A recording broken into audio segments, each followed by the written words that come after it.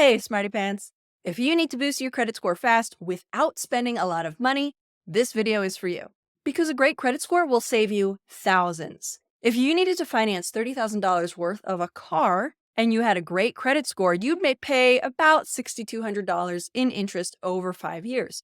If you have a bad credit score, you'll be paying $12,000 in those same 5 years. So you can see why it would be worth your time and effort to do a few little things to increase your credit score. That sounds good to you? Keep on watching. I'm Kate, the Money Librarian, here to help smart people stop feeling dumb about money. If that sounds good to you, be sure to subscribe. This is informational and educational. Personal finance is just that. It is personal. You must contact a financial professional before you make any moves with your money. If you are working on increasing your credit score, if you need to increase your credit score fast, there are ways to, I don't want to say manipulate because that sounds shady, but let's say with some attention to detail and understanding how your credit score is calculated, you can kind of boost your credit score with just a few really easy adjustments. If you think credit scores just sort of emerge from the mist like Dracula, do watch this part. But if you already know this stuff and you just want those tips, use the little fast forward button. I have chapters on this video. I mean, fast forward is what we called it in like 1997. Anytime you borrow money, and for most people, most often, that's when they use their credit cards. Your behavior in how you pay back that money is reported to credit reporting agencies, the big three being Experian, TransUnion, and Equifax. I want you to think of credit reporting agencies like if you were a little kid and you lived on a block with all your aunties and uncles in the other houses, and then you tried to do something naughty. Even if your parents don't see it, your aunties and uncles, they're watching you and they're going to call your parents if they see you getting up to something no good. That's what these credit reporting agencies are. They are your aunties and uncles in the nearby houses calling your parents. Financially, what this means is all those times you might not pay on time, you might not pay in full, or you might not pay at all, it doesn't just affect that one account. It gets back to your parents, aka the credit agencies, and then they tell all the other lenders, which can affect your next few financial years because all that data is compiled and turned into your credit score. Is this a perfect system? No. Does that matter to them? Also no. Luckily, it's actually pretty easy to get a good credit score once you know the criteria. And of course, make more than a living wage, etc., etc., etc. Here's what you need to know when it comes to getting a great credit score. 35% of it, a third, over a third technically, is simply, do you pay on time? Boom, that's it.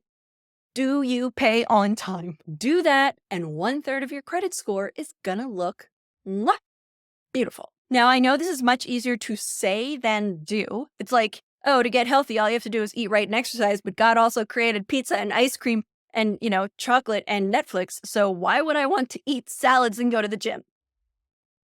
I do a video, 7 ways to remember to pay your bills if you need some ideas to make sure that you're always paying on time. The next big chunk of your credit score is simply how much of your available credit are you using? This is where the logic seems okay, how do I say this without cursing? Back butt words?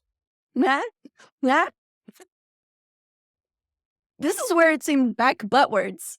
Banks are in the business of turning a little bit of money into a lot more money, and they do this by lending and borrowing. All they care about is making sure that they get their money back. People who have plenty of money are usually more likely to pay their bills. People who are struggling, by definition, don't have enough money and are less likely to be able to make ends meet. Thus, from the lender's perspective, if you are borrowing a lot of money, it means you don't have enough money to get by, and thus there is a higher statistical likelihood of you not paying your bills. And remember, all they care about is getting their money. Again, is this right or fair? That is quite debatable. Do the banks care? No. So you want to use just enough of your available credit to show that you can pay on time, but not so much that it looks like you need extra help just to get by. Those two factors, do you pay on time and do you borrow a lot of money compared to what you could borrow, make up 2/3 of your credit score right there. The next big chunk, 15%, is simply credit history. How long have you been borrowing money? Because the more months, the more years of history they have, the more data they have to go on to prove you are either a safe bet or a not safe bet to pay them back. You pay your bills on time, you don't use too much of your available credit limit, and you do this for a few years, 80% of your credit score is taken care of. The last two factors make up just 10% each. They like to see a nice, healthy mix of available credits. Like, do you have a mortgage? Do you have student loans? Do you have credit cards? Do you have a car loan?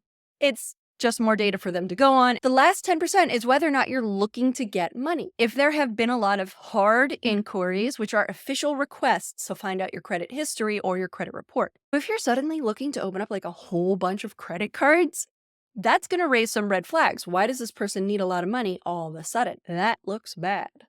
If you are looking to buy a car or a house, most lenders sort of have like a 30 or 60-day window that they understand you're shopping around for interest, and so you won't get dinged for each hard inquiry you're making. Now that you know how they create your credit score, here are my 5 ways to boost your credit score really fast, kind of without doing anything. Number 1, raise your credit limit. Call the credit card companies and say, could you please increase my limit? Remember how 30% of your score is simply how much of your available credit that you are using? Well, you can reduce that ratio in 2 ways. Either use less of your credit cards or increase the available credit you have. Now, this one comes with a big warning. If you are the kind of person who uses all of your available credit, do not do this. Only do this if you know that you're not going to charge 1 penny more than you would without having done it. They have to do a hard inquiry that could ding your score. Here's the math of this, and you totally got this. It's 3rd grade math. Say you have $30,000 of available credit and you use $10,000 of it every month. Well, that looks bad. Anything over 30%, giant red flags to any lender. Here's the math. $10,000 divided by $30,000 equals 1/3. But if you contact your credit card company and ask for a raise in your credit, maybe now you have $40,000 worth of credit. So you're still spending the same $10,000, but 10,000 divided by 40,000 is now 1/4. So you're using 25% of your available credit limit. That's not nearly as big of a red flag. They don't love it, but it's way better than 30%.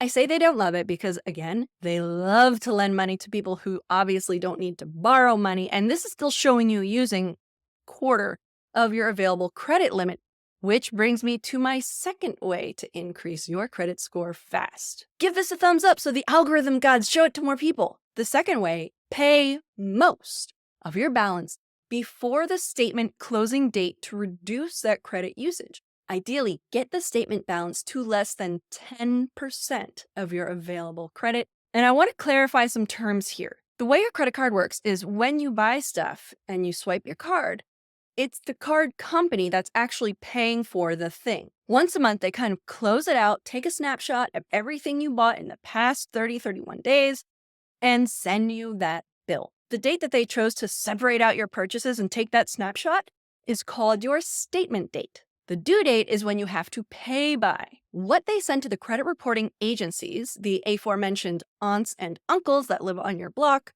is whatever the balance is on your statement date. Think of that statement like a snapshot of your credit behavior. So you could also think of it as like your aunties and uncles spot you doing something out in the neighborhood and they take a picture of it and they send it to your parents. They could be sending your parents something, you helping a little old lady cross the road, or you doing something naughty. If you make a payment before the statement date, the balance will drop. And to the credit reporting agencies, you're looking better and better and better. Let me give you an example. Say the statement date is the 15th. Your statement date on all your credit cards will be different. Check your credit card bills to see what the statement date is. It will be on that bill. But in this example, the statement date is the 15th. You're still charging $10,000 a month, but on the 10th, you send them a check for $9,900. Then on the 15th, they take a snapshot of what you owe them, and it turns out you only owe $100. I mean, dang, do you look golden to lenders? Who needs money? Not you. And the less money it looks like you need, the higher your credit score will be and the less you'll pay in interest for money borrowed for big purchases like cars or homes or anything you need to finance. Number 3, set up auto payments so you never miss a bill. Remember, paying on time is 1/3, 35% of your credit score. This is not 20 years ago when you had to write a check and mail it in.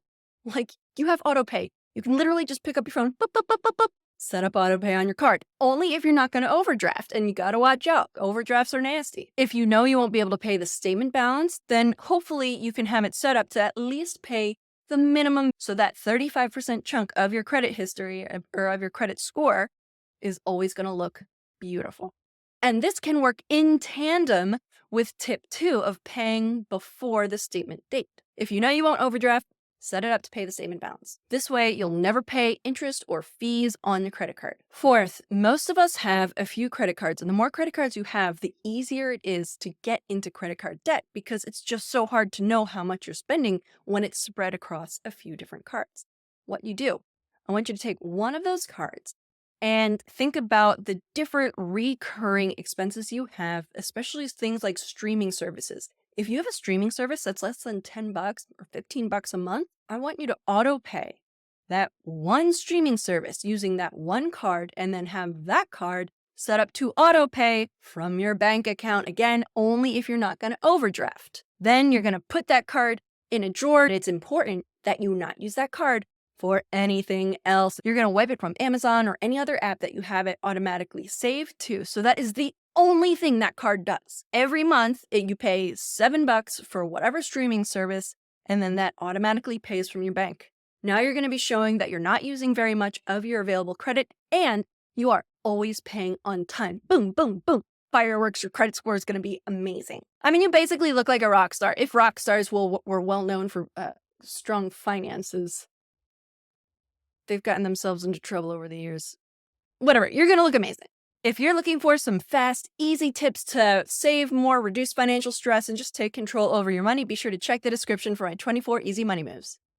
5th, I want you to review your credit report for inaccuracies at least once a year. I know it sounds like a lot, but I guarantee you it will take less than 15 minutes. It is super easy to do. This is free, and it could save you thousands. When I was teaching financial literacy at a college, I had some students do this. One student found that somebody had bought a house in her name in Florida, and another student unfortunately found out that his mom had taken out credit cards in his name. A lot of people can use your information to get credit, to get lenders to give them money. I wish we didn't live in a society where you couldn't trust people. Like, it happens. You don't want your car to break down and be like, okay, cool, I'll go get a new car, just to find out that somebody bought a house in Florida that they're not paying on in your name, because that's going to take a while to clear up from your credit report. And you're not going to be able to finance that car. Or you might have to finance it at a really bad interest rate because that person has tanked your credit score. So don't wait until the fit hits the shan to do this. You go to annualcreditreport.com. You put in your information and it's like, okay, here are the 3 reporting agencies. You want to look at your reports? And you hit yes. And it just shows you, like, here are all your lines of credit. Here's your payment history. Basically, like, thumbs up, thumbs down, make sure everything's accurate. If you do see something wrong in your credit report, check the link in my description to find out how to make it right. If this video has been helpful for you, give it a thumbs up. Let me know in the comments if you've tried any of these tricks and how they worked for you. Or if you have other ways to boost your credit score fast and easily. That way we can all learn from each other. The YouTube algorithm thinks that this video over here is going to be flippin' amazing. And who are we to deny the YouTube gods, huh? Hope this helped. Cheers, guys. I have cat fur in my lip gloss.